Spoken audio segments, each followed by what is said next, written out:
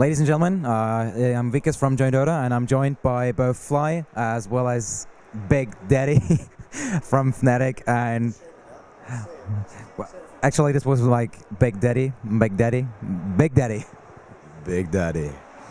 Well, actually, this was my first question. Like, why?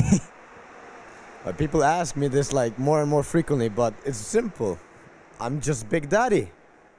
Wouldn't like Honey be the BigDaddy? No, I'm BigDaddy. Just ask him.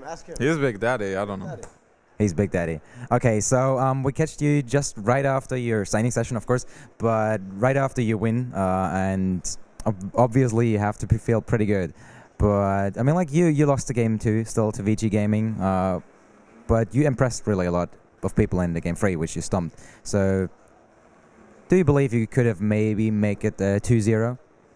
I think we had a good chance to win the second game. Even with the drafts that were there, I think we had a really good shot, for sure. I think we could have won for sure. The game was actually really close. We checked the replay. We saw the graph as always very close. It was just that we made crucial mistakes and they capitalized on it, and then we were behind. Especially playing against Aizik, and one mistake could cost you like 3 towers, and then you're kind of lost. You're actually, if I'm not mistaken, you're facing up against either EG or Na'Vi next. So who would you rather face? I mean, like, they haven't played yet, but... Well, considering our track record versus EG, which is probably like a 0% win ratio, I think statistically it's better against Na'Vi for us, but they're both good. I agree. I would rather play Na'Vi, although Na'Vi on a good day is really scary. Na'Vi on a bad day can be really a cakewalk. So, but EG has always been hard for us. Oh my god. No shots fired. We're the same. We're worse. Oh my god. We're worse, man. You're such an ass. Okay, so, yeah, I mean, like, but do you think you have actually, I mean, like, do you think Na'Vi has actually a realistic chance against EG? Because their track record isn't really looking amazing as well. I think, like, they lost against EG 0-3 on Tuesday, so, yeah, they are not doing too well, but do you think they will come back? As I said, Na'Vi on a good day, they can take anyone. I mean, I've always said that. The Na'Vi on a good day is super scary. But they're a lot like other teams, especially like us, where they're unstable.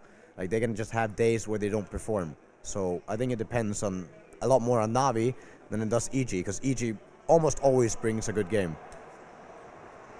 Okay, speaking of performance, like, you've performed incredibly well today, which is kind of like the opposite you did with the Summit and Dream League. And like, it were good games, so were kind of sometimes close, but still you only managed to finish like 5th, 6th place or something like that.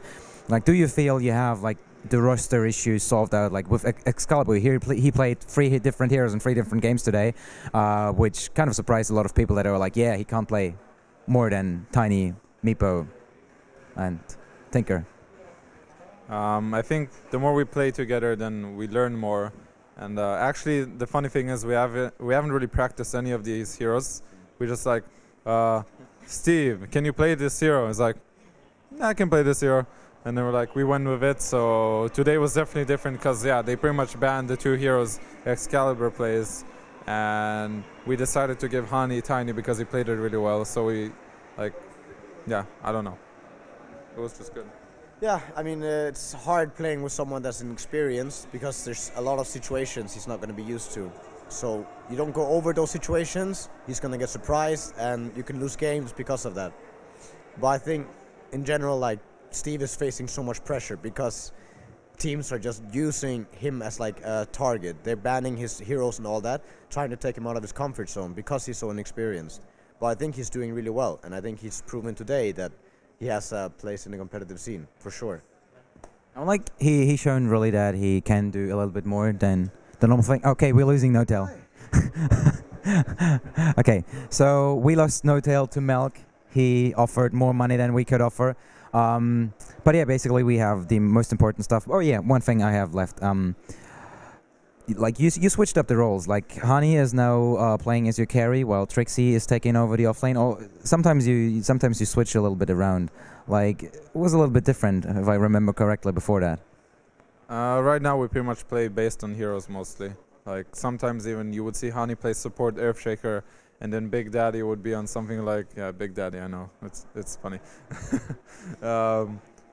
Yeah, it's weird saying it. Anyways, sometimes you would see him playing something like Doom instead of his usual support. So right now we're just playing based on more heroes than anything.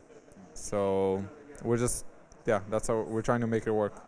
But yeah, I mean, like, you did make it work. It was quite surprisingly, like, 1.5 weeks before DreamHack, you took an Excalibur, and then suddenly, like, you're doing really well in an experienced LAN team. Do you think, like, he found his place in the team yet? Because, like, at DreamHack, it was a little bit unsure, like. It takes time, but he is getting better slowly and slowly. Like this, I think this was a really good day for him. We all were very happy with how he played.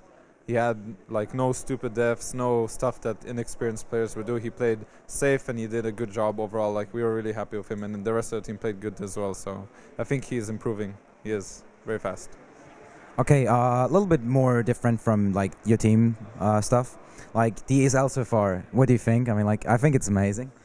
It is pretty ridiculous. I actually did not expect this at all, the amount of people, and I think this is the most people I've ever played in front of. So this is really cool. Like, we were very happily surprised. Well, I mean, like, DreamHack had a little bit more, but they didn't really watch Dota. I think they spoke about like 11,000 sold tickets, so it's quite a lot. Of course, day tickets included. But yeah, international will hopefully be even bigger. But there is stuff coming up in Europe afterwards. Will you be at DreamHack Moscow?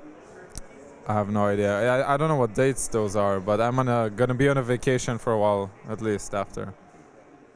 So yeah, I think we pretty much wrapped it up. We talked a lot about metagame, but I mean, like, it hasn't really shifted since the DreamHack, so yeah. This is Fly. Do you have any shoutouts? You have 30 seconds. Or you have more. I mean, like, we don't want to hurry you. Just shout out to my sponsors, to my mom because she's awesome, and to my girlfriend, the honey badger, and that's it. The honey badger? That's my girlfriend. I have a honey badger as my girlfriend. Because Bruno was attacked by honey badgers earlier today. He was? Yeah, he was. This is why his hand is like in a... Yeah. I think he's hitting on my girlfriend. I'll have to go talk to him. You should probably do so. Okay, ladies and gentlemen, this was Fly, and next interview is coming up.